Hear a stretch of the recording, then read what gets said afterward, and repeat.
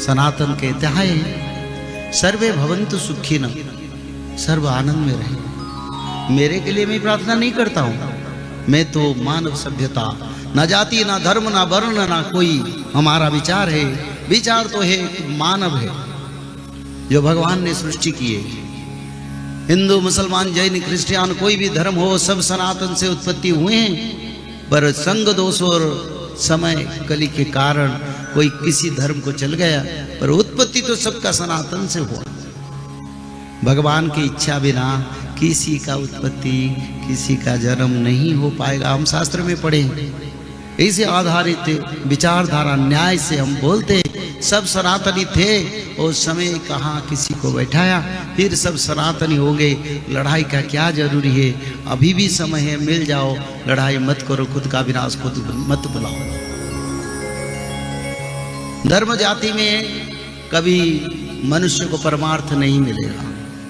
भागवत में भगवान खुद बताए, जो जाति धर्म वर्ण निर्विशेष में मेरे भक्ति करता है, कोई किसी का निंदा नहीं करता है, वो मेरा भक्त है, मैं उनको परमार्थ देता हूं। उसी धारा से हम कैसे दूर होंगे?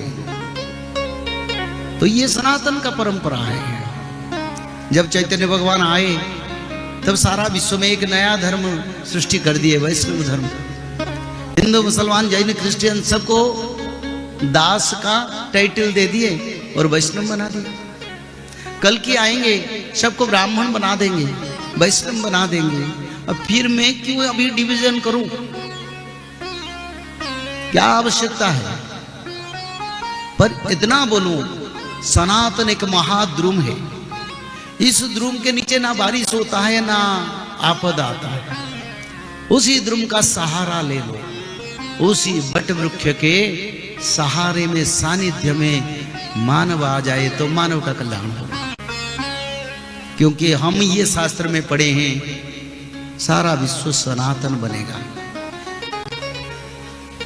America, England, German, France, Japan, China, Pakistan, Indonesia, Thailand, Russia, Uzbekistan, Balochistan, जितने देश विश्व में, सभी देश में सभी मानव सनातनी बनेंगे। अगर बनेंगे उसका प्रस्तुत तो करेंगे। अब इसे नेगेटिव बोलने से वो लोग कैसे धर्म को आएंगे?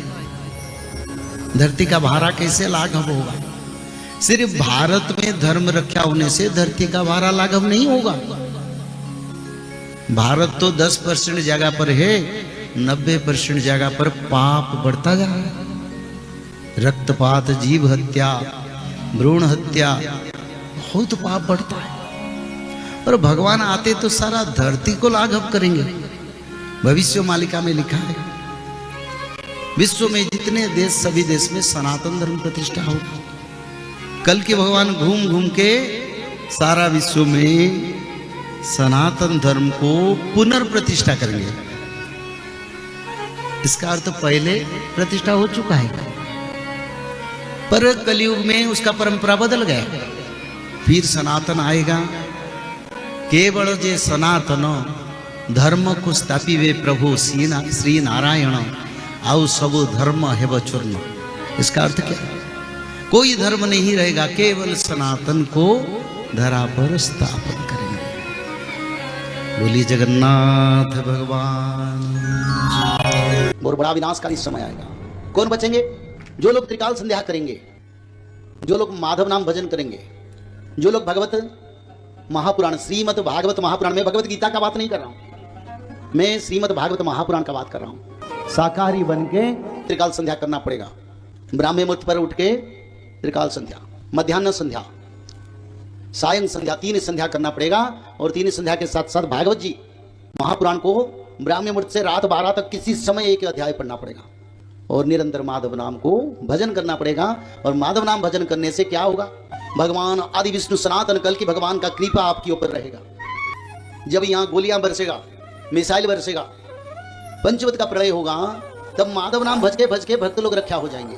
और तृतीय विश्व युद्ध के बाद सत्य युग का आगमन होगा। जय श्री माधव। जल प्रलय, महामारी और भूकंप, अग्नि प्रलय, वर्ल्ड वार 3 और महाविनाश, ये तो एक दिन होना ही है। लेकिन इस सब से आप बच कैसे सकते हैं? सबसे पहले नॉनवेज खाना छोड़ दीजिए, अंडा भी नहीं खाना है, और किसी भी तरह का नशा मत करिए, और गलत काम मत कीजिए, और सत्य, प्रेम, दया, क्षमा और शांति का आचरण कीजिए। और 3 चीज कीजिए, उसमें से सबसे पहला है त्रिकाल संध्या यानी त्रिसंध्या। उसको दिन में 3 बार करते हैं। जैसे सुबह में करते हैं ब्रह्म मुहूर्त में, सुबह सुबह 4 बजे से लेकर के 6 बजे के बीच में आप कभी भी कर सकते हैं। लेकिन आपको समय नहीं मिला तो समय आप आगे पीछे कर सकते हैं, आधा घंटा 1 घंटा पीछे कर सकते हैं। दोपहर में 11:30 बजे से लेकर के दिन का 1 बजे तक कर सकते हैं, उसके बीच में शाम को 5 बजे से लेकर के 6:30 बजे तक कर सकते हैं। दिन भर में 1 बार नहा के त्रिकाल संध्या जरूर करें। बाकी समय आप हाथ पैर मुंह धोकर भी कर सकते हैं, और 3 बार आप श्री गंगे बोल करके स्टार्ट कर सकते हैं। जो दूसरा उपाय है वो है श्रीमद् भागवत महापुराण पठन। दिन में 1 अध्याय जरूर पढ़ें, दिन भर में 1 अध्याय जरूर पढ़ें। वो भी ना हो सके तो 1 पन्ना तो जरूर पढ़ें। अगर उतना भी समय नहीं है तो 1 श्लोक जरूर पढ़ें। तीसरा उपाय, माधव नाम का जप करें, निरंतर करें, कोई भी काम करते हुए करें, हमेशा माधव नाम का जप करें। त्रिसंध्या का पीडीएफ, श्रीमद् भागवत महापुराण का पीडीएफ और भविष्य मल्लिका का फ्री ई बुक भविष्य मल्लिका पुराण, ये सब आपको डिस्क्रिप्शन बॉक्स में मिल जाएगा। भविष्य मल्लिका के बारे में अधिक जानकारी के लिए आप भविष्य मल्लिका के वेबसाइट पर संपर्क कर सकते हैं, भविष्यमल्लिका.com। और अधिक जानकारी के लिए भी कल्कि अवतार ऑफिशियल चैनल को देख सकते हैं, जहां पर मल्लिका के बारे में खुलकर बातें रखी गई हैं, जहां पर आप लगभग 1000 जितना वीडियो आपको देखने को मिल जाएगा। और भी आपको अधिक जानकारी जानना है त्रिसंध्या के बारे में और कोई आपको सवाल है तो नीचे दिए गए नंबरों पर आप संपर्क कर सकते हैं।